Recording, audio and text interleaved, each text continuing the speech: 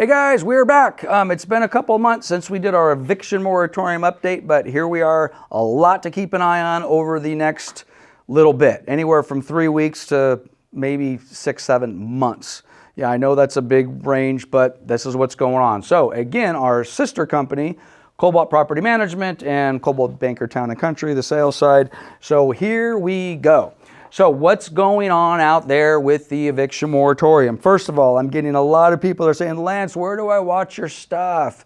So go to our Facebook page, go to find Cobalt Property Management, like us.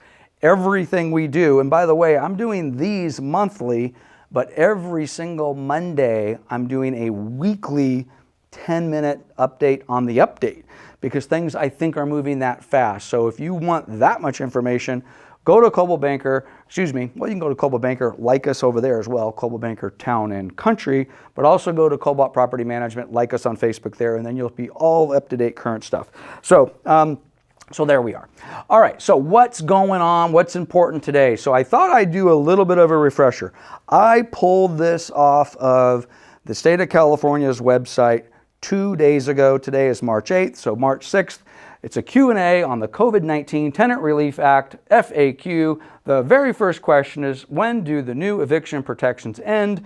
And this is off of their website. The answer, extending until June 30, 2021. For those of you that have been paying attention, you know that's not true because it was extended, and then in theory it ended in September. And Lance, why do you keep saying we're under an eviction moratorium? Because the CDC stopped theirs a while ago. State of California kind of sort of said September 30th. But then we've got all this local stuff going on. This is why I'm so concerned about kind of where we are. And in many ways, this reminds me of, I'm not putting the two together, but it reminds me of our foreclosure crisis back in 2006 and 7. And instead of it ending in 2007 or 8, it just drug on forever because of government policy. And that's really what's driving our eviction moratoriums today, is nothing other than government policy. So, by the way, if you noticed, I put down here, what?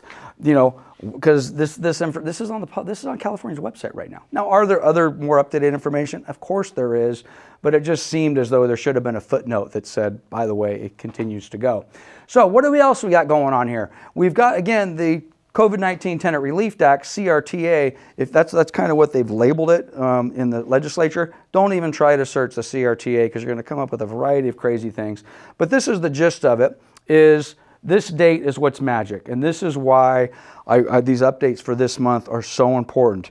So right now, the Relief Act basically extends protection and payments for COVID-related rent that cannot be paid. Or let me rephrase that. Rent that cannot be paid because of COVID through March 31st of 2022, which that's like 3 weeks from now.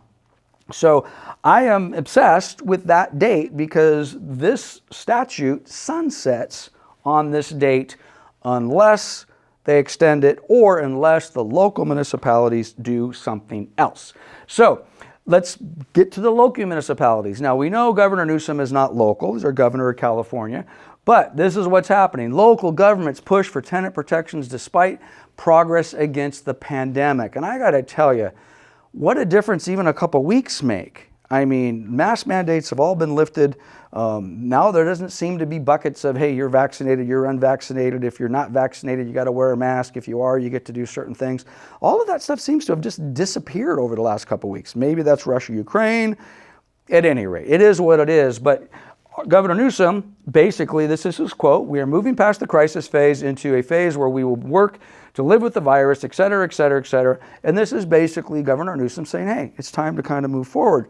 You would think with that in mind, some of the local government agencies would also be prepared to move forward. LA County extended the protections. So LA, by the way, they did that before Governor Newsom came out and did his announcement. They also did these extensions before some of the mask mandates were lifted and before some of the CDC guidelines came out. So I kind of sort of get it. My concern is now that we have moved a little farther, will the the LA County Board of Supervisors modify their extension? Because their extension puts it out to at least the end of 2023. So we got another 9 months if you own a property in Los Angeles County. So if that wasn't good enough, Long Beach, I just did a snapshot on Huntington Beach. Long Beach came out and they decided to do some additional tenant protections as it relates to COVID and what landlords can and cannot do, which is much different than what they could and could not do 2 years ago, pre-COVID. So one of the things, I'm not going to get into this too deep, but they're basically making it more difficult and more expensive for landlords in the city of Long Beach to basically ask a tenant to move out for renovations or whatever it happens to be. You see this if you're reading the fine print. Their ordinance basically says relocation assistance, mandatory relocation assistance up to $4,500, and then fines up to $15,000 if they don't follow the rules. And again, we use the word eviction a lot. I think we should stop using the word eviction. I mean, we manage a lot of properties, okay, under Cobalt. The percentage of our tenants that we actually evict is 1%, less than 1%. And I'm not talking COVID, I'm talking for the last 35 years. We're not in the business to evict tenants, it's bad business, right?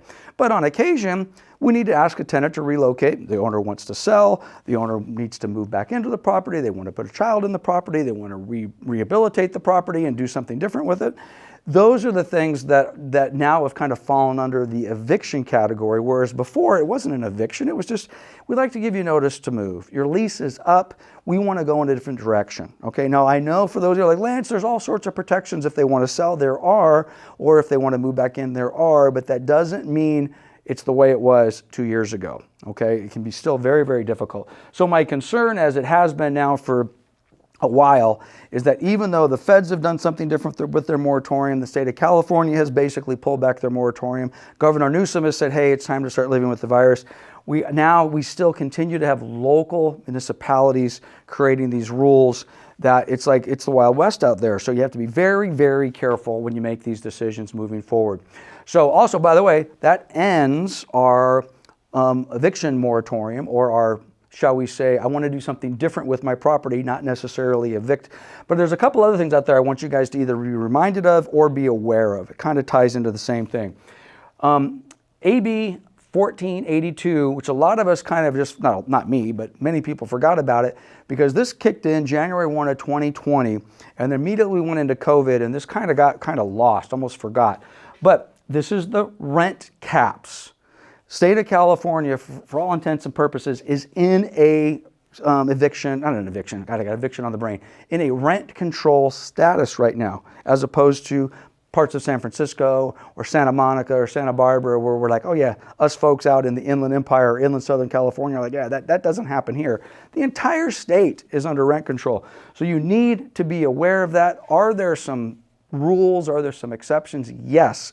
But generally speaking, nobody's raising the rent more than 5% plus a CPI, all sorts of other rules. So just be aware, because I know a large percentage of our audience are landlords that are either currently doing business with us or thinking about it. So pay attention to that. And then I've got a word for those of you that are politically active. Let me scare the heck out of you and also call you to action. The state of California legislature just presented a bill. This is not a law. This is not a law. This is not a law. This is a bill, Assembly Bill 2527. It is, I believe it is a 2-year bill, which means it's not going to happen this year. If it does get passed and goes through committee and ultimately gets passed by the full House and Senate, and ultimately signed by Governor Newsom, it could be a law sometime next year, I suppose. By the way, if I'm wrong and it's a 1-year bill, then it could happen sooner than that. But this is the deal. If you can read the fine print, this newly introduced bill would prohibit landlords from using credit reports while screening a prospective tenant. So, basically, the bill says we're no longer allowed to look at a tenant's credit in making a decision on whether or not we want to rent to that individual. I got to tell you guys, where does this come from? Seriously, where does this come from? We've been doing property management for a long time. Is credit the only thing we look at when screening a tenant? Of course not. But it's certainly on the list, okay? And we want to take a look at, the ability for the tenant basically to pay their rent in the same way a mortgage company looks at an individual's credit to decide whether or not they're going to give them a mortgage. And in the same way, they look at your credit when you decide, I want to get a loan to buy a car. So apparently, there's something wrong. I haven't read the background on where this is coming from and why. I did immediately jump into stupid mode. What is this? Why are we doing this? But at any rate, if you are concerned about this, as I am, because it's a big part about how we process and screen our tenant applications, you might want to get a little bit more information. We certainly will provide more information here, but if you're really passionate about it, heck, why not reach out to your local representatives, California assemblymen and senators, and say, hey, please explain to me why this is a good idea. So this is something we're going to be keeping an eye on, and I think I am done. Yes, so that ends our, again, we're probably going to change the name of this. We've been calling this the Eviction Moratorium Update. Probably just kind of call this maybe Landlord Rules and Regs of Laws of the Land Update. So at any rate, I hope you got some value out of that. Our real estate market forecast is going on all month. Stay tuned, and we'll talk to you soon.